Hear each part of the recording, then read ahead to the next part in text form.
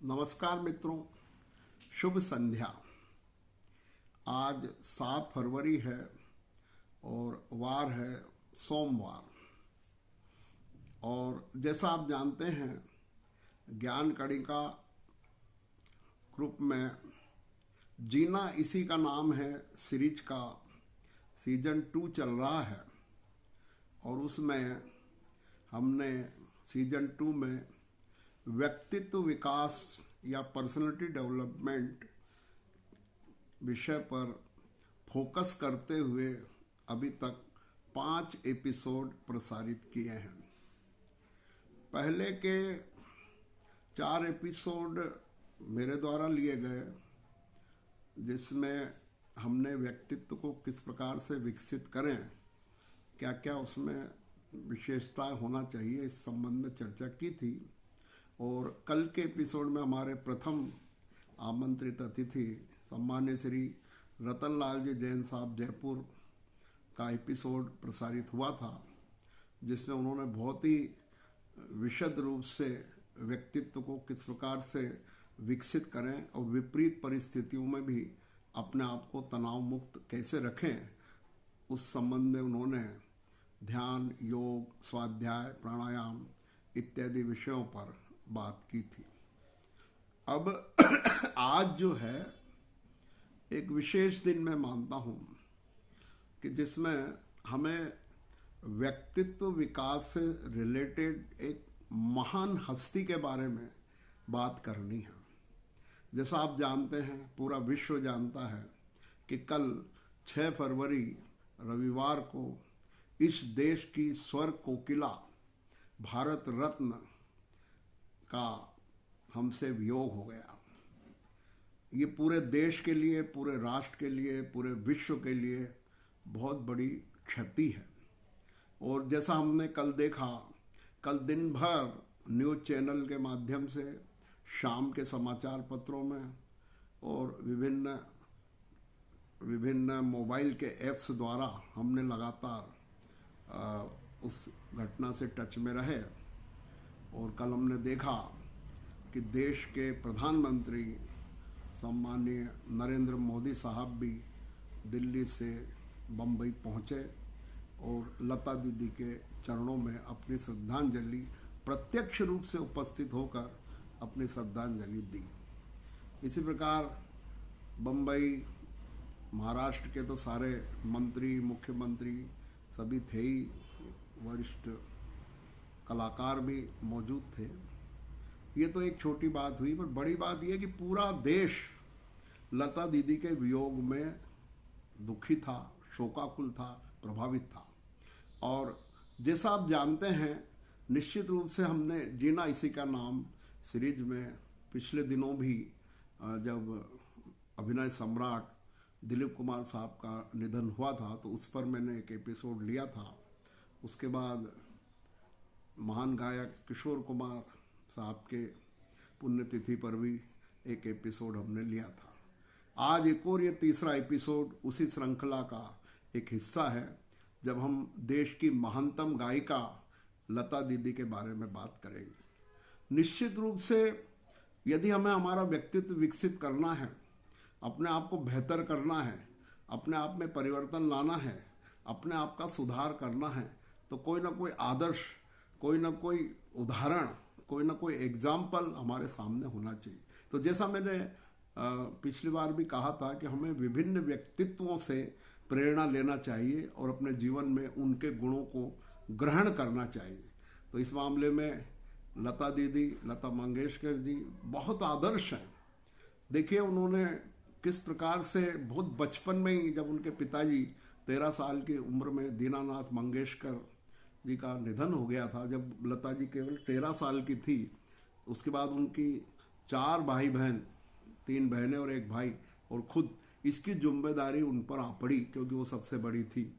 तो किस प्रकार से उन्होंने संघर्ष किया, अभिनय किया, स्टेज शो किए, और धीरे धीरे अपने परिवार का पालन पोषण किया।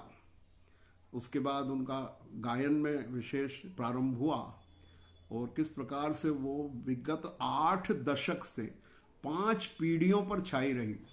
मैं समझता हूँ इतनी पुरानी फिल्में, जैसे मुगल आजम की बात करें तो वहाँ से लेकर और आज लेटेस्ट जो है हीरोइनों तक का उन्होंने आवाज़ दी।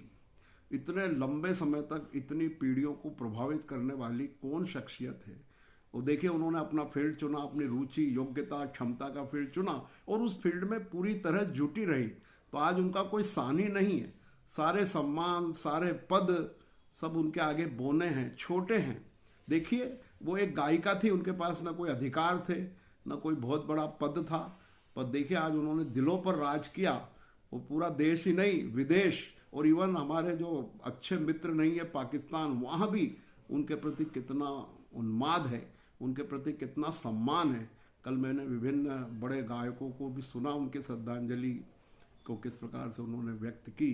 तो बड़े से बड़ा कलाकार, बड़े से बड़ा गायक अपने आप को उनके सामने छोटा समझता था। यानी मैं ये कहना चाहता हूँ कि अपने व्यक्तित्व को कितना विकसित किया जा सकता है, कितना अकेले के दम पर, ये हम लता दीदी से सीख सकते हैं कि किस प्रकार से उनके जीवन में सात्विकता थी, सरलता थी, पावनता थी, किस प्रकार से उनके मन में देश प्रेम था। देखिए, ए मेरे वतन के लोगों, ये गाना क्या है आप देखिए। इसको इंदौर की थी लता जी, ये भी मैं बता देना चाहता हूँ। जिस नगर का मैं वासी हूँ, जिस नगर के हम वासी हैं, इंदौर शहर, उस शहर की थी लता जी। उनका जन्म इंदौर के सिख मोहल्ले में हुआ था और वहीं इंदौर के पास बड़नगर शहर है जहाँ गीतकार कवि प्रदीप का जन्म हुआ, जिन्होंने ए मेरे वतन के लोगों लिखा। और इस बार बड़ी मेरे को गर्व है कि भारत सरकार ने बीटिंग रिट्रीट जो होती है 26 जनवरी के बाद, उसमें इस गीत को शामिल किया सेना के बैंड में। तो कहने का मतलब ये है कि हम लता जी से ये सीख सकते हैं, उनके व्यक्तित्व से सीख सकते हैं कि किस प्रकार से हम कितनी ऊंचाइयों तक जा सकते हैं। एक इंदौर का व्यक्ति पूरे विश्व पर छा गया। अभी मैं पढ़ रहा था पूरा दैनिक भास्कर, उनके विभिन्न प्रेरणादायी संस्मरणों से भरा हुआ है।